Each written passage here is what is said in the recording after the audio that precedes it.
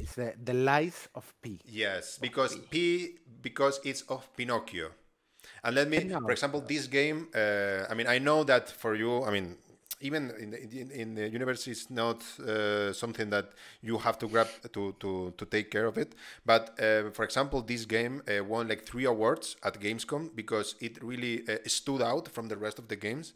It was like the best action adventure game, the best role playing game, and the one that I don't understand really well, the most wanted Sony PlayStation game because it's not an exclusive of PlayStation. But okay, Mm. it will be available for PS5, Xbox Series, and PC. So here we are not going to suffer.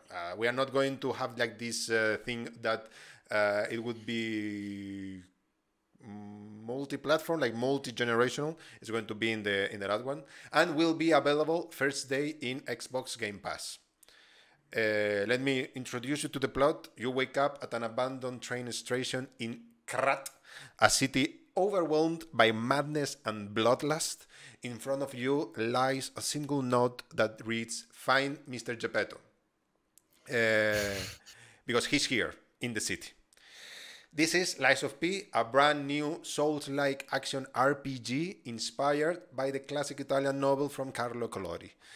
We play as Pinocchio himself and will navigate through a dark Belle Epoque world where all of humanity is lost. The once beautiful city of Krat has become a living hell, and you must find the famed Mr. Geppetto to unravel the mystery of what happened to both yourself and the world around you. I know that, well, of course, you know the tale of Pinocchio, right? Yeah, Yep. I see the weekend the movie the new movie the new Oh, action movie. you have. Yeah, yeah, yeah. Oh, And I see today we have a new movie on Netflix by Roberto del Toro about Pinocchio. About Pinocchio oh too. yeah, yeah, Yeah, another movie. but this one is going to be like much darker, I Yeah, believe. yeah, yeah. Probably cool. But I think it's too much Pinocchio right now. We have the game, we have a remake, and we have a Pinocchio dark movie Yeah, on but Netflix. they are not related whatsoever. I mean, you know, Yeah. this what they did is was to use the plot first because it is known for everyone. You know, like they are also trying to not to link to cultural books or characters so that they can grab your attention. Like, yes, it's like the Harry Potter game, or it's like the Pinocchio game, or it's like so they had this in mind. But also because they wanted a setting like dark in a way, but so they didn't want it like the typical dark fantasy like Dark Souls, you know, like this in the Middle Ages. They wanted something more modern, so that's why they choose like the Pinocchio and they put it in this 18th in the late 19th century. In you know, like I understand Like that is Europe. steampunk, right? Yes, Steampunk kind of thing. yeah, for example, it reminds me a lot of Dishonored, for example, the setting. I mean, Bioshock, I mean, because, for example, the enemies, they are like mechanical. So it reminds me like the Bioshock Infinite a bit. And also, I mean, if you are watching the game and you have played any From Software game, the interface, the user interface, the combat, and the movement is like From Software game, specifically Bloodborne. I mean, Hmm. it's really like it, and we can see also that like the movement, the combat is like it. As I said, the plot takes place in an industrial city with numerous enemies in the form of robots that we have to annihilate with melee weapons, but also with the robotic arm, okay, that our protagonist has, which gives the impression that we can improve it and even grant it different uses. We will combat against them using blocking and dodging. This is like the normal mechanics when you are playing. I mean, I understand that it would be also similar to the Last Hero of Nostalgia because if they are based more or less on the same combat mechanics, would be Yeah. like dodging, blocking, doing the famously parry. Hmm. But also, you know, like we will combine weapons to create different ways of playing since its combat revolves around it. You know, like the weapons have like 2 parts, so like you can combine these 2 parts. And the developers assure that there are over 30 base weapons that can be mixed and matched.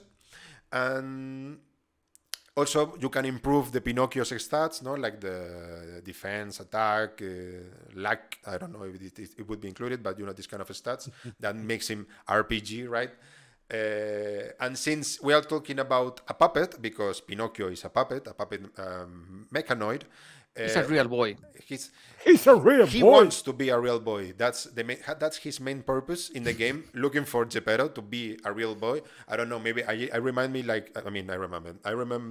imagine Geppetto, like a Heisenberg thing, because he created like the killing machine, and it's that boy that wants to be human. But yes, he has like this arm. But I'm sorry, but he fighting with another puppy, I guess. When? Here in the gameplay, he don't fight with another human. No, he fights with robots, with other robots. I mean, I don't understand it. I mean, I don't know. Well, I don't understand really well the plot. I don't know why the city is infested with these enemies, but that's why it reminds me of Bioshock Infinite, because this has this like mechanical enemies. And also, but the thing is, I understand that he also is mechanical, although he doesn't look as if he was a mechanical. But the thing is, his arm is an artificial part of his body that can be customized with 8 different tools, including the typical grappling hook to attach people. And also a thing that maybe you like, because I think it gives more depth to the game. As you know, we have the lies, the name of the game, Lies of P, right? As the tale portrays, Pinocchio lies, and when he lies, his nose grows. Such feature, I mean, is not included in the game. His nose is not going to grow and grow, but the lie ability, it is included. We must lie to others, I understand, to other NPCs, if we hope, in this case, to become human. Something is related with being human and lie to other people. And also this, when you lie to the NPCs or to the other characters, apparently interconnected procedural quests will play out depending on how you lie. So these choices will affect how the story ends. So I find it really interesting, because it's like I'm playing Bloodborne but using a boy killing Bioshock enemies, and at the same time I have like this. I don't know. Maybe I don't know if the combat will be as difficult as Dark Souls plays usually are. I hope not, because that would be, or I hope that it has this kind of difficulty level thing, because I want it to be accessible for everyone. But if not, it is like the devs want it to be. But it's grabs my attention, these things, is because it's what I said. It reminds me a lot of the Dishonored. It reminds me a lot of because also about the different endings. In this case, because of the lion thing. The enemies, the setting, the combat. What do you think, guys? I understand. I don't know if it grabbed your attention when you first watched it. It did, yeah. No, I have 2 thoughts about it, but Fabio, go first, because I can hold my ideas better. Yeah. Okay, I think maybe they have a great history here, because it's a little interesting. I don't know if the gameplay is for me.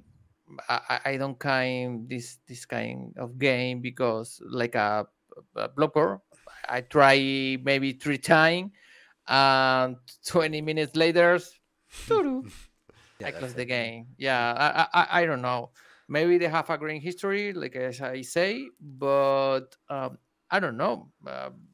Maybe later, maybe they put free in PS Plus or something like that. Bloodborne was my first From Software game that I played. I mean, and also the Bloodborne, because Dark Souls is more medieval, more fantasy. It's the kind of game that it's not my kind of genre. But the Bloodborne, it is, because it reminds me of this kind of the Scissorhands guy. What is the name? The Tim Burton movies.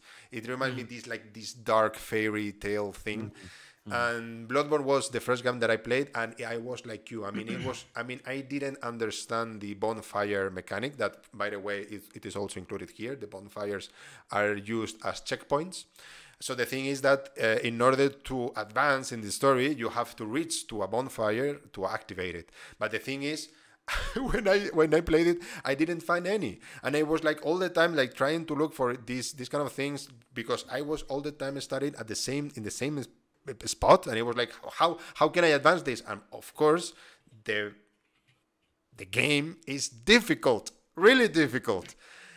But then you understand that there are shortcuts, and you have to activate them in order to advance in the story, and then you reach the bonfires, and then everything goes right. But yes, I understand what you say. It's a difficult game, but you liked Returnal. Yeah. I like a lot of game with a really hard, difficult to gameplay, but I don't know. I just right now I don't feel it. I need to feel it. And what do you feel, Casares, about it? No, yeah, no, well, How do yeah, you feel it in your chest? I feel it in my fingers. No, yeah, no, I mean, it looks good. It looks good. It goes dark. It looks like a game I would probably like to try. Not sure if I would love it or not. The idea is good. I had two thoughts about it. The first one is that obviously we don't know the plot itself, but I was thinking if you want to put it like in a very dark setting or very dark idea, it would be that Geppetto created all of these machines, puppets, whatever, right? Like maybe Who know? 200,000 or who knows, a city of puppets. And then he would just leave them a note, and he would say, the first one who finds me gets to be a human. And then everyone starts fighting, and there's kind of melees all around the city. It would be a really dark and gore idea. No, but anyway, And then probably it would be a battle royale. yeah, battle royale, About the absolutely. Royale, about Pinocchio and Yeah, Pirate. I don't know. yeah, it's like we all are lying to get information, but then we're going to, strike each other in the back.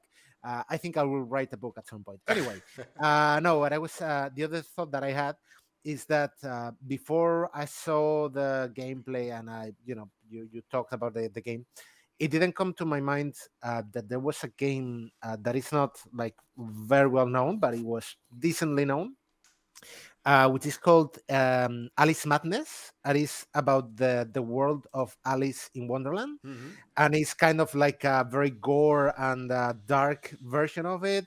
There's blood everywhere, and you go there killing and massacring everything that you see. So it kind of came to mind like, oh, this Disney idea that then got like a dark and kind of well, the Alice Madness was more of a hack and slash style. This probably is not. But I think it's curious that they also chose another Disney movie to go into this kind of idea, which is, I mean, it's if the gameplay is good and the story holds up, I think it's probably a good game. It's gonna be a good game. Yeah, for example, Galactic Chocopic mentioned is that she played the Alice Madness. Oh yeah, good, good, good. I never got to play it, but depending on the game, like because I think they launched three games or maybe two, not completely sure. Um, but depending on the game, I heard really good reviews. Like especially like the second one, really hit home back in the day. Nice. This game, I mean, there is still no release information. I think I read in somewhere that it's like the half game it's already made. So I understand that it will be for 2023 at the end of it, or maybe beginning 2024. So we still have to wait, but we will wait until it's the moment, because we want this game to be good as it shows itself.